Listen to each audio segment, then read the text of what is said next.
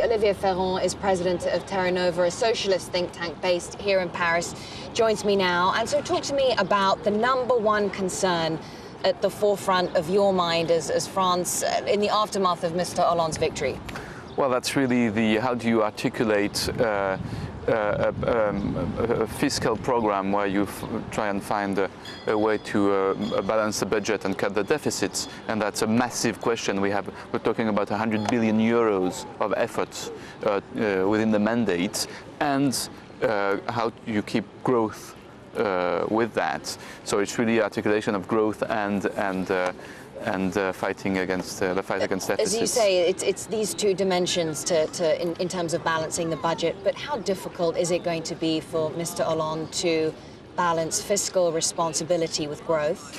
Well, if you're talking about the European negotiations looming ahead, right here in France. Well, you have to understand that the logic is really, on the one hand, to have an austerity program which is rigorous enough to be credible and to find an exit door to the crisis of over-indebtedness that we are facing in France, and the necessity of a growth initiative both in France and at European level in order to avoid the vicious circle. Because if you walk on only one leg, which is austerity, you end up with a vicious circle, which is the austerity propels recession. The recession gives you more deficit, hence more austerity. That's the vicious circle in which both Greece and Spain are entangled with. Yes, but I suppose for the austerity program to be credible enough, as you say, certainly to convince the markets, and for France not to come under to be exerted, for the same pressure not to be exerted on France as we've seen for other Eurozone countries,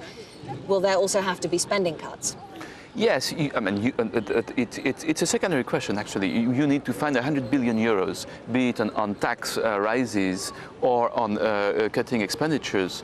At the end of the day, that comes during the campaign was very much focused on tax rises as opposed to right, spending but that comes to the same avail eventually. That means that at the end of the day, the purchasing power of the French citizens will be narrowed, because either you're more heavily taxed or you don't get the benefits, the social benefits you were having beforehand. So that's exactly the same eventually. You need to do an effort. This effort will weigh on the French citizens, which basically live above their means thanks to debt, and that has to be stopped. But you need a second leg, because otherwise we'll enter recession. And there is a wide consensus on that, not only in France and at European level. Terra Nova. Speaking of the European level, of course, Mr. Hollande has threatened not to ratify the European Fiscal Treaty that was agreed by Eurozone leaders back in December if there isn't more of an emphasis on growth. Do you see more divergence than convergence in terms of his relationship with Europe, specifically German Chancellor Angela Merkel? I see a widespread convergence. Terra Nova did a European tour on behalf of Francois Hollande to see where the rooms for maneuver were, the diplomatic rooms for maneuver were. And what we found out is really that there is a high convergence. There is no question about renegotiating the budgetary treaty. Our objective is not exactly the objective is not to void the budgetary treaty. We need austerity to get rid of the over-indebtedness that we're facing. So we need an austerity program, and the budgetary treaty is a good symbolic sign for that. And there is no question of tempering down the treaty, of renegotiating it by voiding it. So we're talking about an additional protocol, an additional treaty, an additional leg, where we will put a growth initiative.